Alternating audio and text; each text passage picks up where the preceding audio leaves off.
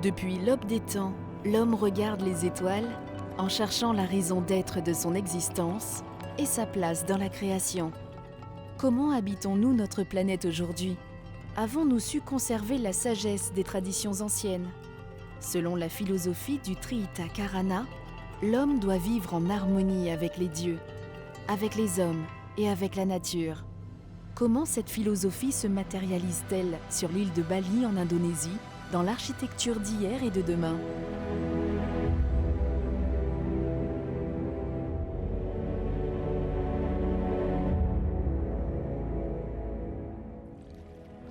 My name is Madhe Wijaya. I am an architectural historian and designer who lives and works in Bali and around the tropical world. It was a paradise if you look at the beauty and the economy of the Balinese architecture and the harmonious lifestyle with nature. Today we see the culture has changed little. The lifestyle has changed a lot. It's now 90% either directly or indirectly involved with mass tourism, which is an evil sort of skin cancer on the land. But how long can it survive when there's the sort of abusive nature that we see in Bali with the filling in of bays with real estate and the disrespect for the riverbanks and the beaches? Bali, which through the centuries has developed an extraordinary hybrid architecture, is now going full steam ahead, disappearing.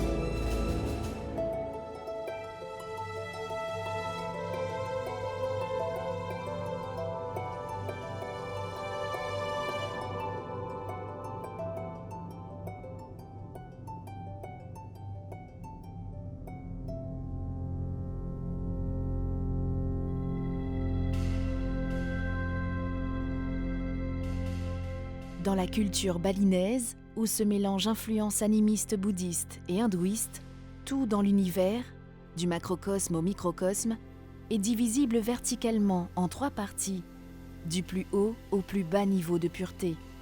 Cela vaut pour l'île, pour les villages, les bâtiments et le corps humain. Chaque chose doit être à sa place pour maintenir l'ordre cosmique.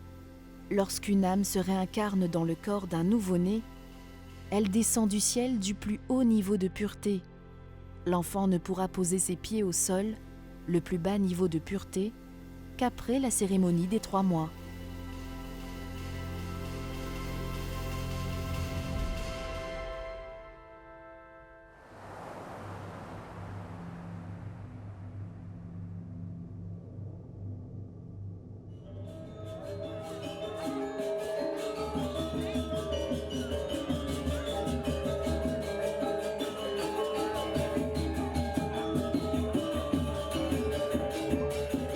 The classical era of Balinese architecture really started with the export of a Balinese prince to Kediri, to East Java, in about the 10th century. So we have the emergence of a more classical Javanese come South Indian Hindu influence on the temples.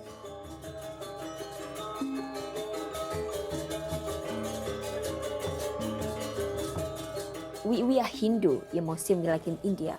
We believe in reincarnation. We pray to the sun. We pray for the nature.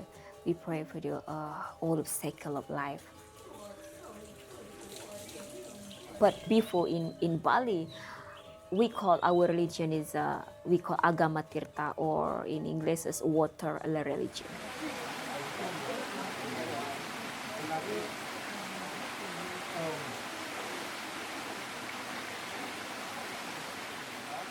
The water flows down through the rivers, but also the spiritual blessings flow down from the gods in the mountains. They flow downhill, and as they flow downhill, they nourish the rice fields, they nourish the villages, they feed people, they wash people, they purify as they come down.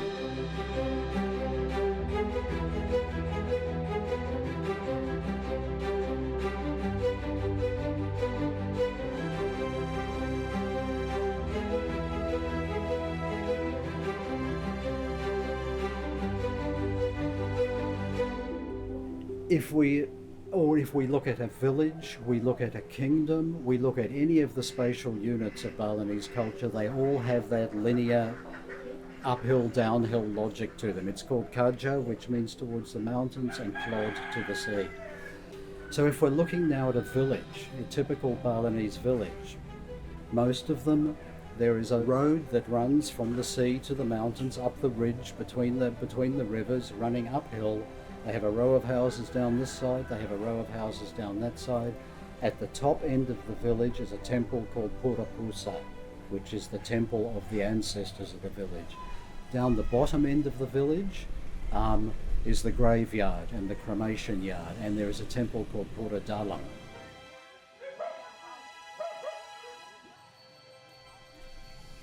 Every village in Bali, we call Desa Pakraman, they have the customary law, which is some are very different to each other villages. And in that customary law that's involved in our philosophy of Trihita Karana, which is how to get harmony between people with their belief with their God, human to human and human to environment, through the system what we call Desa, Banjar and Subak. Desa is actually people who taking care of temples, preparing ceremonial. Subak is more relating to farm and rice field. And Banjar is more relating between the activities, ritual for human, from born to death, wedding to filing. And there's also a community building called a Banjar. There's a very strong sense of community, and the architecture, in a similar way, what are now roads used to be communal living rooms. And the Balinese entertained sitting on the lenang, traditionally, which are little half walls outside a house gate. And that's sort of a neutral space where people can receive friends, chat, have a cigarette, without the formality that goes with inviting someone inside where they have to be given a mat and a plate full of cigarettes and a cup of coffee. There's not a lot of informal entertaining in the house. People would more tend to do it in the street.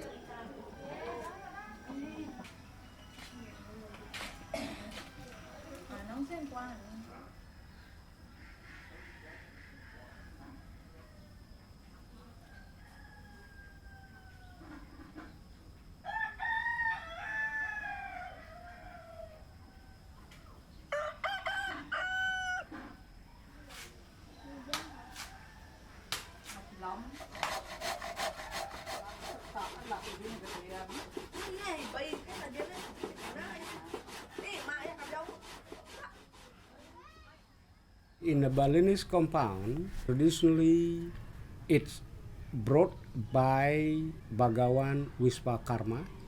He's from Java originally. He is a high priest who introducing the Kosala Kosali in Bali. The orientation of the Kosala Kosali is to mandala, which mandala means the center point between buildings to building. In Balinese we call it natah. So all windows, all doors, all terraces are facing to the center, to the natah itself.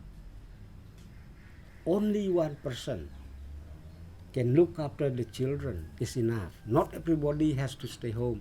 Each building, really we need to come to the high priest in order to ask for the main master plan. Housing it based on Trihita Karana. In Trihita Karana you must live harmony or respect to God.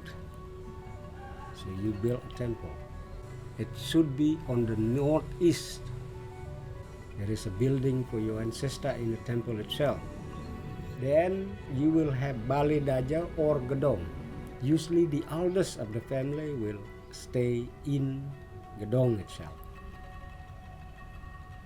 Then we will have Bali Dangin, where you have all cultural ceremony. Then we will have balidau, equivalent to a family living. Then you have kitchen, then when you have guests, there is a place for guests. But mostly the Balinese people is agricultural. Most of us will have rice field. That is our main job. So that's the rice barn. So those are usually in one compound, and then we will have an entrance gate. The distance between each building, it will be taken by the people who own the house by taking its own size. For example, the feet, how long your feet is, how wide your feet is. So by taking your size, you're gonna live comfortably in the house that built. It's not too big, it's not too small, because it's really based on your size. Our function is the same, our need is the same, but your size is different. If you are tall, man, it means your house is slightly taller. That is why each Balinese compound is different.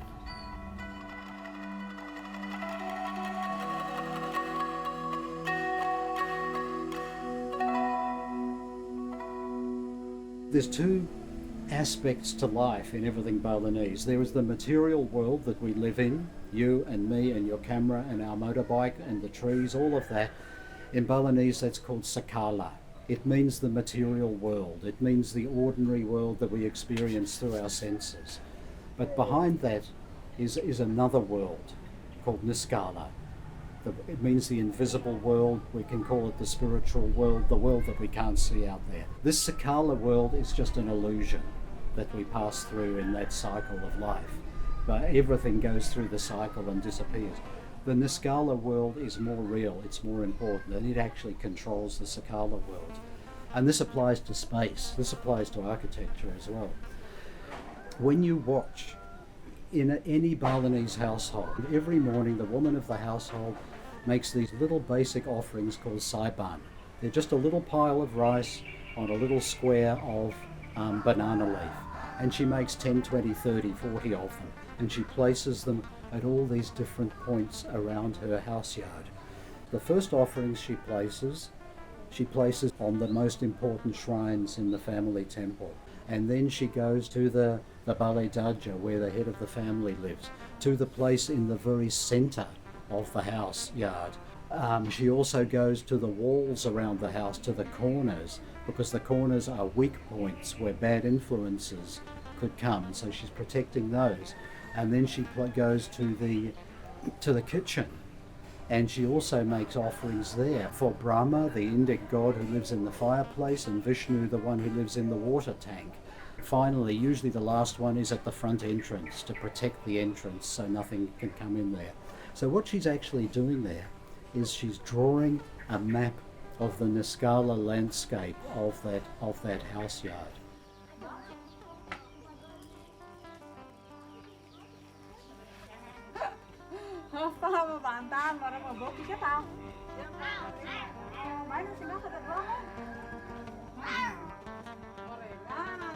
It doesn't happen mostly to all the people, but I myself, I have a experience on not only seeing it, not only feeling it, but also connected by dreams. Even sometimes they talk to me because I was living in the back of the house, which is an extra land that my dad builds for the family, and they come and they talk that we need to build another extra temple to give them an offering, not to bless but to apologize, and then so we can have a good relation again. So me and the family is being safe because we believe that this land was not owned by us because we borrow.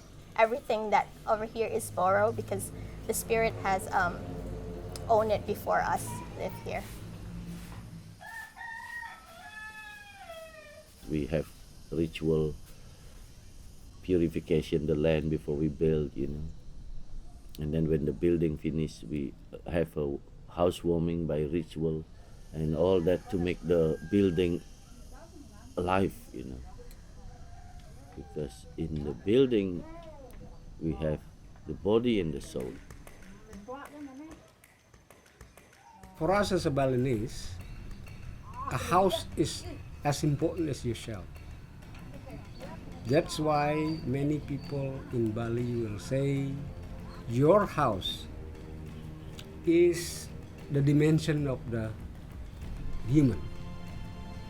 So if you look unhealthy, I can tell you surely you don't have a good circulated house or good designed house, you know. If you looking calm, fresh all the time, I don't need to ask you questions. I can see, oh, you must have a nice house. So it's really, really strongly related between the human and the house in Bali. So that's why to build or to look after a house is the most important, because it's same as looking after yourself. The family temples like my head. Yeah, if something no good in the temple, that means my head is no good. So if something broken or something leaking in my temple, I must be renovation, because that means my head have a problem. And then I hope when my head is good, everybody will be good too. Like we believe about the karma. Good we put and then good we get. So every day in Bali always blessing, blessing, and make busy with everything. But we love that because we always want the God help us to make healthy and good family.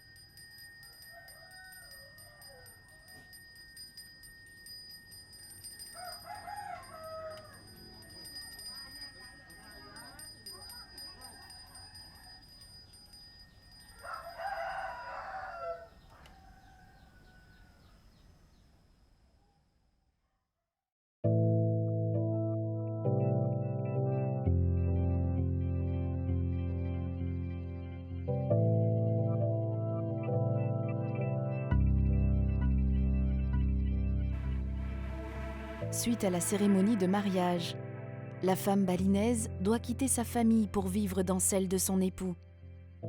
Nous assistons également à un autre mariage, celui de Bali et de la mondialisation.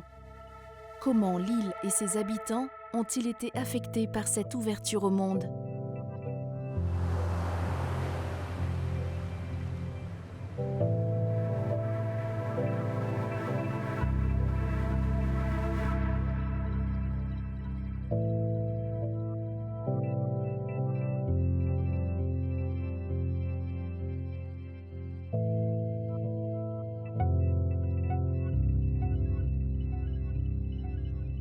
Sadly, what we see at first glance in Bali are the ravages of unchecked development, ribbon development, urban sprawl, very little respect for zoning regulations, and a disregard for environmental conservation and architectural conservation. Bali, which through the centuries has developed an extraordinary hybrid architecture, is now going full steam ahead, disappearing.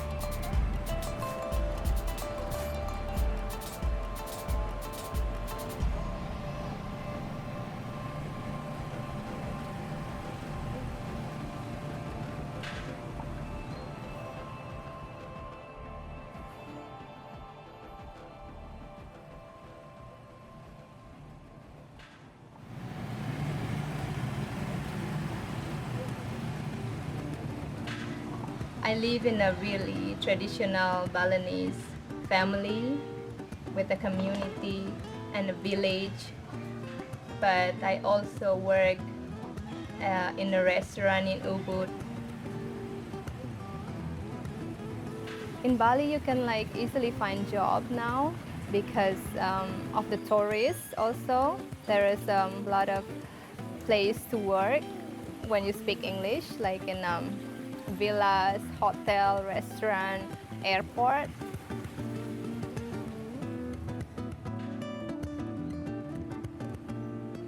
"20 years ago, Ubud very quiet in the road. People not have a shop, and then not have many building. And then now, quick growing. Maybe every family have a homestay now. For the business, maybe have a 3 room until 10 room. It's good for the business. Much better now from 20 years ago. Before, I am just live with family. My father, my mother, my uncle, my brother stay together, 1 room together. And then now, I have homestay, my brother have homestay. Many Bule, many Western come to my house, stay together with me, like family in compound together.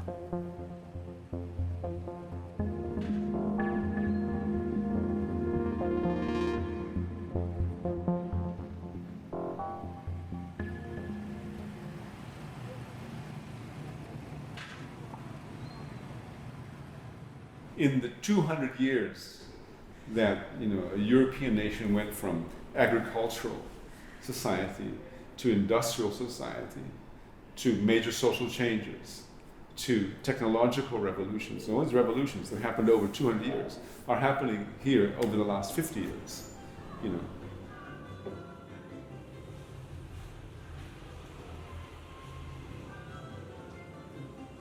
The very thing that attracted people in the first place has been destroyed by that, and it's a terrible irony, and it's a very sad irony. What is shocking, especially here, is the level of the culture that was here before, and how intense it was, and how it was reflected in the architecture, how it was reflected in the agriculture, how it was reflected in the social, values, etc. But to see this wholesale, it's like an invasion, it's like a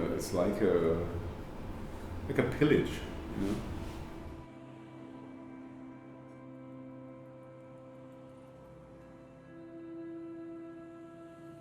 And you have these buildings in the rice fields which don't mean anything. They're just there, they're just dwellings, It shouldn't be done. You're not supposed to live in the rice field. Environmentally, it's disastrous because if you live in the rice fields, inevitably you're going to build a road to get in there. That changes how the water works. You're going to throw your garbage out, etc., etc., etc., etc. And also, we can be honest, and a lot of the people selling and doing this are Balinese themselves.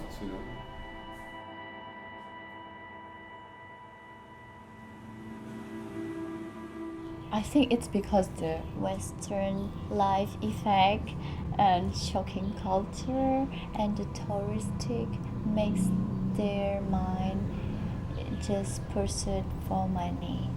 The basically things in life, it's loving each other as human, loving family member, loving the nature. They live it. They didn't realize it. Even they said Trihita Karana. It's just words. So I feel like I'm living in a fake world.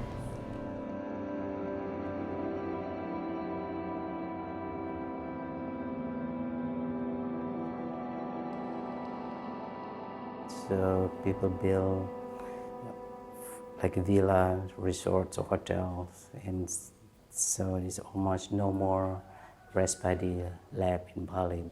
So the way I paint this character of the Visray here, being destroyed by the greedy people. It's the character here like more like monster, and he want to get a rich in money from the beauty of Devi Sri or the beauty of his rice paddy and rice field. She doesn't have any more dignity, almost no proper clothes. You see the character like mostly like a monster, like a demon or evil person. But this is the character of the people in the society now.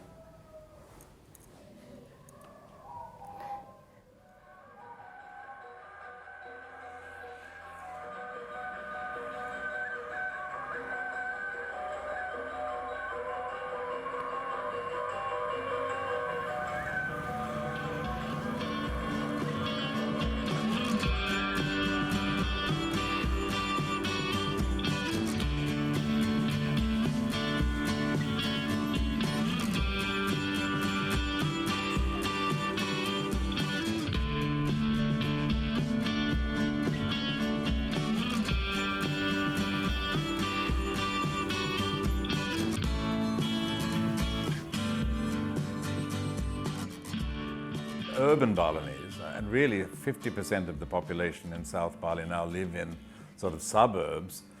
They've deserted, for reasons of space and economy, they've deserted their courtyard style of architecture for a sort of more bungalow style, a more national bungalow style with lots of sort of postage stamp kind decorative elements.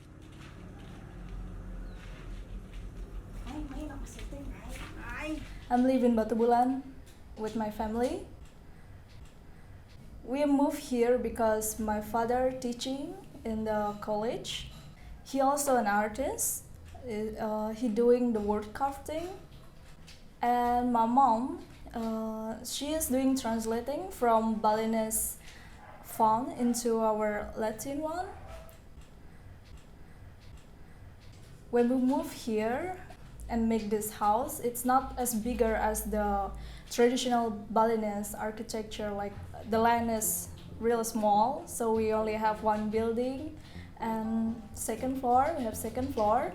Even if it looks like a modern building, actually my father kept the concept of Balinese building. So we still have our temple and our garden, and of course the places of the like the pond and the temple and the buildings still going in the Balinese architecture rules. When people coming from their village to the city, they will find that it's really different what they are, because before they were work outside, and after they come to the city and they will spend a lot of time inside the house. Here we need some interior that makes them really feel comfortable, really feel, you know, like some comfy to stay inside for a long time. That's why I really want to learn about this interior design and want to work with it.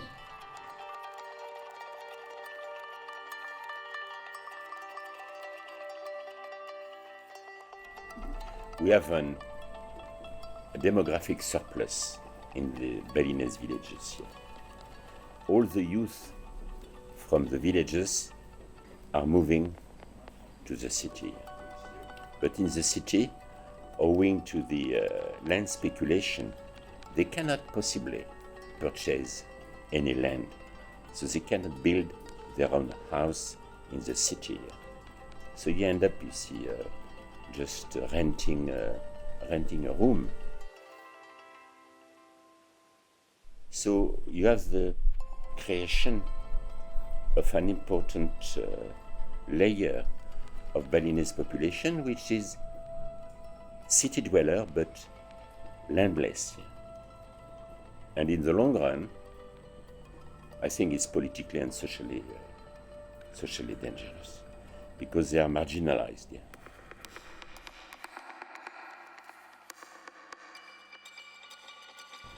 Owing to the fact, primarily, that the Balinese people, they have lost control over their economy.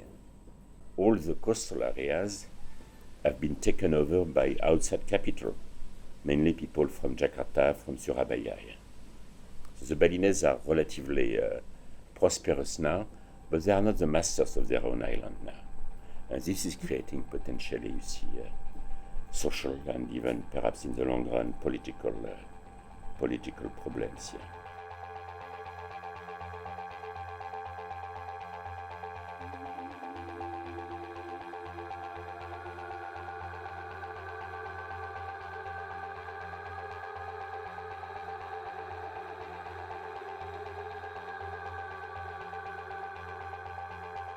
Bali has just kind of been an absolute free-for-all.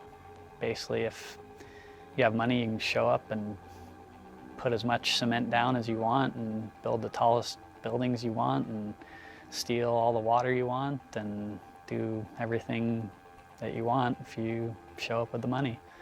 And there's no sort of holds put on development to say, you know, we already have enough hotels, we already have enough shopping malls, you know, do we need, how many more?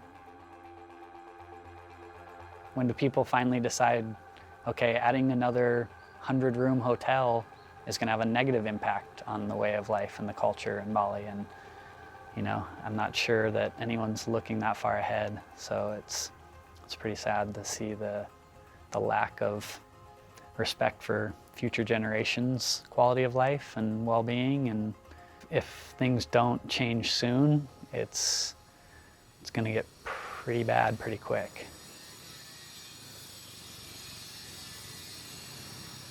And that, if you talk about harmony, harmony is something which comes out of justice and comes out of, you know, compassion, and something that comes out of the concern for the welfare of others. Harmony is not something because you're afraid. A big part of the perceived harmony of before in Indonesia and in Bali, you know, was because of fear. Don't do that because this will happen. And now we need to change that. We need to have harmony based on, look, you know, this person has the right to have education. This person has the right to have a decent lifestyle, you know. This person has the right to good health care. Why do we have to wait for somebody from Australia to create a bus, you know, a mobile hospital, you know? Why shouldn't we, as, you know, as part of the society, be doing that ourselves? That's where it needs to go, you know.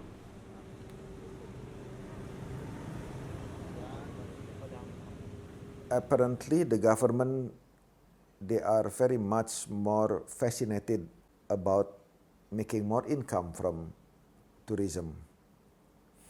And they are not seeing agriculture as something potential. So I think if the government kind enough to study better about the economy of the people, then we can create some different model and keep them to stay at their village. Yeah, not everybody come to Kuta for making a living. Yeah, and finally everything is destroyed. The southern Bali is also destroyed by the mass tourism, and the other part of Bali is also suffering because of no opportunity, no income from agriculture anymore. So the religion itself is changing. They pay more and more attention to the fact of being Hindu, at the same time as they tend to pay less attention to the rites, to the offerings and the like. Because people who are looking after the offerings are people who are still in the villages, not the ones who are in the city. So you have the creation of an idealized Bali, at the same time as the real Bali is shrinking, is becoming less and less important. So I think this is a very serious alert for the island, and we need everybody to get involved more clearly. And I think it's very important for all of us to be more transparent about what's actually happening in Bali. Then we really can think about what is actually the future of Bali, and this is very important. Whether we are at the golden time of Bali or we are at the end of Balinese time, like that.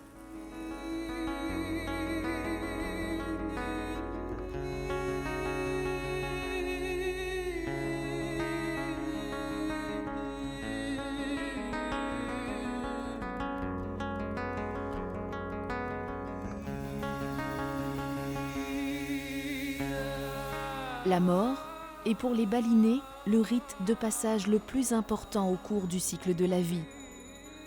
Afin de purifier l'âme, une crémation individuelle ou collective est organisée. Une fois les cendres dispersées sur la plage, l'âme pourra rejoindre les dieux jusqu'à sa prochaine réincarnation.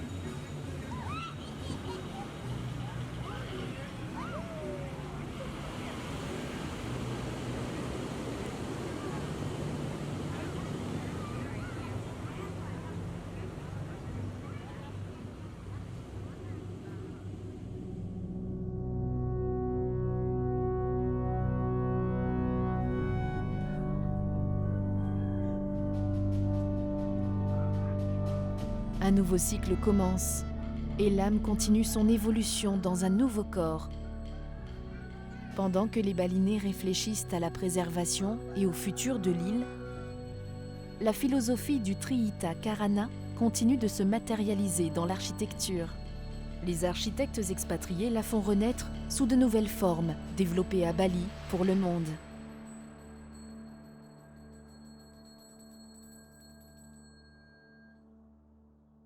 Now remember that in the 30s, the foreigners, and that included some extraordinary artists, they wanted to live like the Balinese in Balinese houses. In the 70s, when I came, the architects Kerry Hill, Peter Muller, they wanted to build better than the Balinese and teach the Balinese how to preserve their own architecture. But hey, who remembers what the Balinese style is? I mean, my office has ended up being the champion of Bali style in a way. No, there's no cultural reference anymore in the promotion because they've all ganged up against Balinese culture.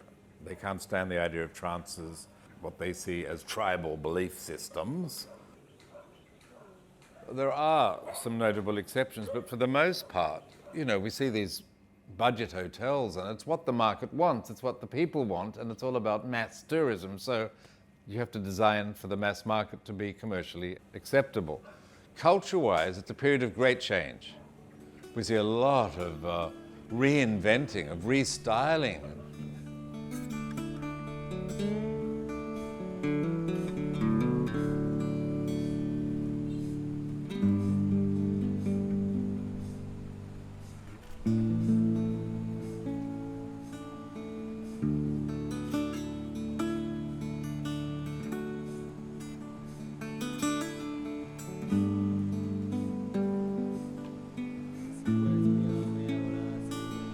For me, that's really important. It's a reinterpretation, you know, because sometimes we misunderstood ecological architecture. Some people think it's like for hippies or for people that live in an alternative way, but it's not like this. I think nowadays, when we talk about sustainability, the most important concept is own sufficiency. And own sufficiency is being able to be independent, you know? And if we can grow our own materials without depending of companies or anyone where we have to go and buy it, you know, that's giving you independence. And bamboo is the best way to do that. You can just go grow it yourself, cut it, and use it. And people can do it anywhere. It doesn't have to be the material of the poor people. It can be the material for everyone, you know.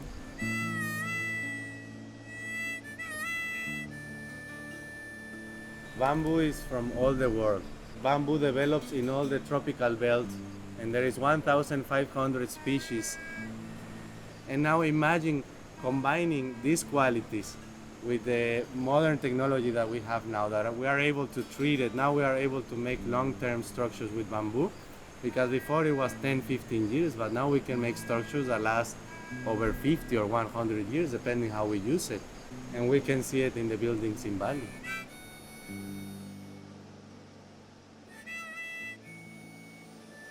using these kind of materials, it creates a connection in a cultural way, in a social way, in an environmental way. And that's super important in the modern society because we've lost this connection, you know. We are becoming more individualistic and we've lost the integration with the nature and as a community. So that's really important.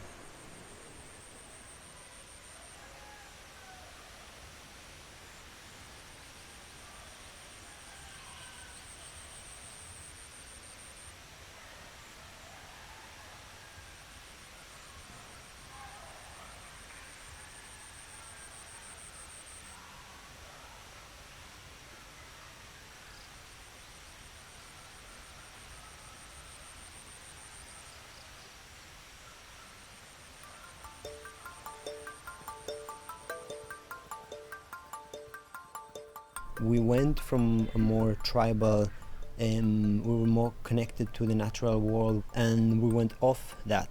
We became disconnected from God, nature, entering a more materialistic, less spiritually connected culture, and now we are kind of relearning connection with nature and with God, but we don't come back to the same place. We come back to a new evolution in which we understand this in a different way that we understood before. Now, in this transformation, we've seen that architecture is having a quantum leap on the way design is thought. Means we are not just looking at the physical aspect, the functional aspect. We are also looking at the energetic aspect of that space and how that energetic quality of the environment is affecting us. For example, cultures like Bali, all these notions of energy and spirituality are intrinsic to their culture. Now, there's this new science, which is the science of bioarchitecture, which pretty much look at these energetic qualities from a more scientific perspective and actually pretty much prove them in a very rational way. We're using the power of shape, of the shape power effects, like for example what a dome is capable to create. Basically spherical environments are really powerful. We also mimic many times the kind of fractality aspects of nature, the kind of fractal design. It's a very powerful tool. When we basically turn our houses in sacred space, we can create an environment that is sacred and we can live in it. It helps you to focus. It helps you to be more aware, to be more present. It also enhances your immune system, and this has been proven. It allows you to sleep better and to lucid dream better and to be more connected to God, to purely what that notion is, like to be connected to everything that we are.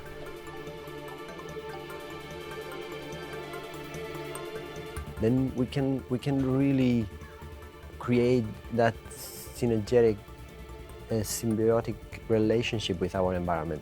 We take something from nature, but we give back. So for the last pretty much 6-7 years, I've been working on this project called the New Earth Project, creating models and designs and developing systems that could potentially serve the creation of this type of community environment.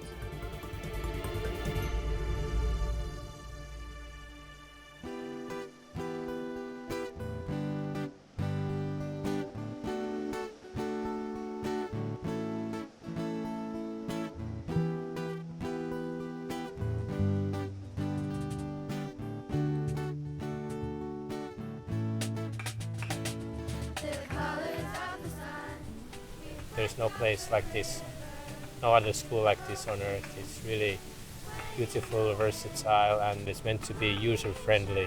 It's meant to look nice.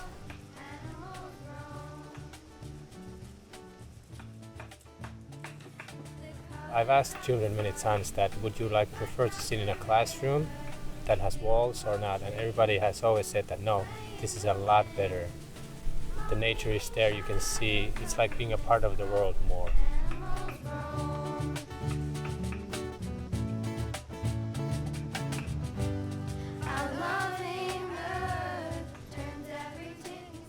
That's the power of architecture, you know. We actually get inside the psychology of the people, you know. We can make them happy, we can make them depressed with the kind of spaces that we build.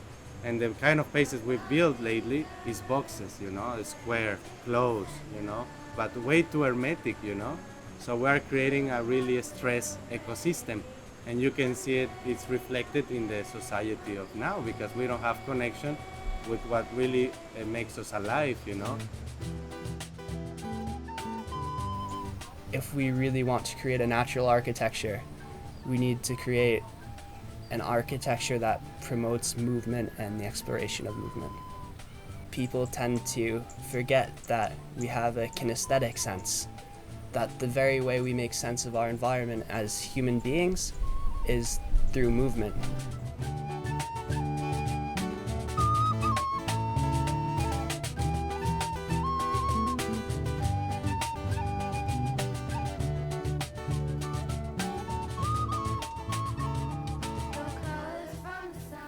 What is that what we really need? You know, we really have to simplify our lives to a certain degree to be able to live in harmony with the natural world. Coming back to nature means coming back to simplicity and to the essential. So we believe that if people begins to live in these kind of environments, you know, lots of harmony is going to be created, not just in between man and nature, but also in between man and man. Like the very idea of the Balinese Tritakarana.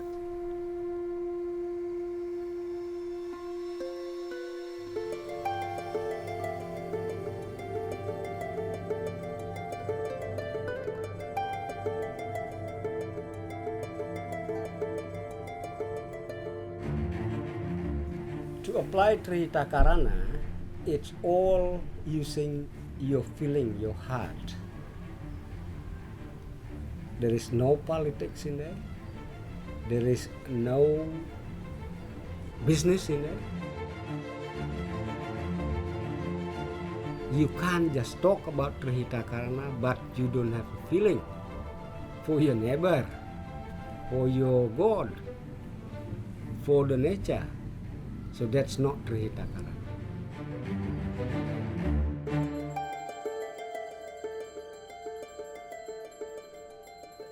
Now, as a Balinese, new generation of Balinese, how do we take care? How do we more protect? How do we keep our Bali? Yeah, a new idea, new program. Even we don't want to change, everything will change. That's life. And pray. Always stay humble. Everything you do, always stay humble and pray. Believe this. Okay. Sukh sama.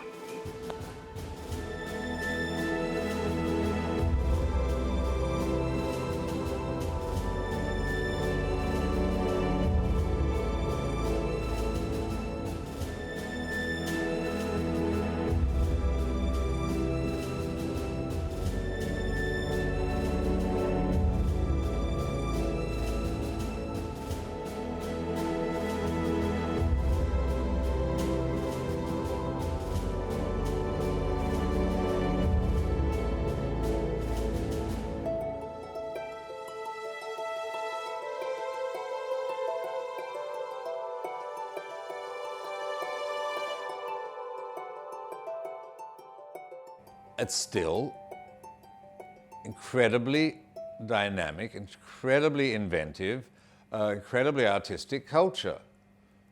I mean, it was Noel Coward who famously said, the Balinese, from the womb to the tomb are creative, there's far too much creative endeavor. That's a good end.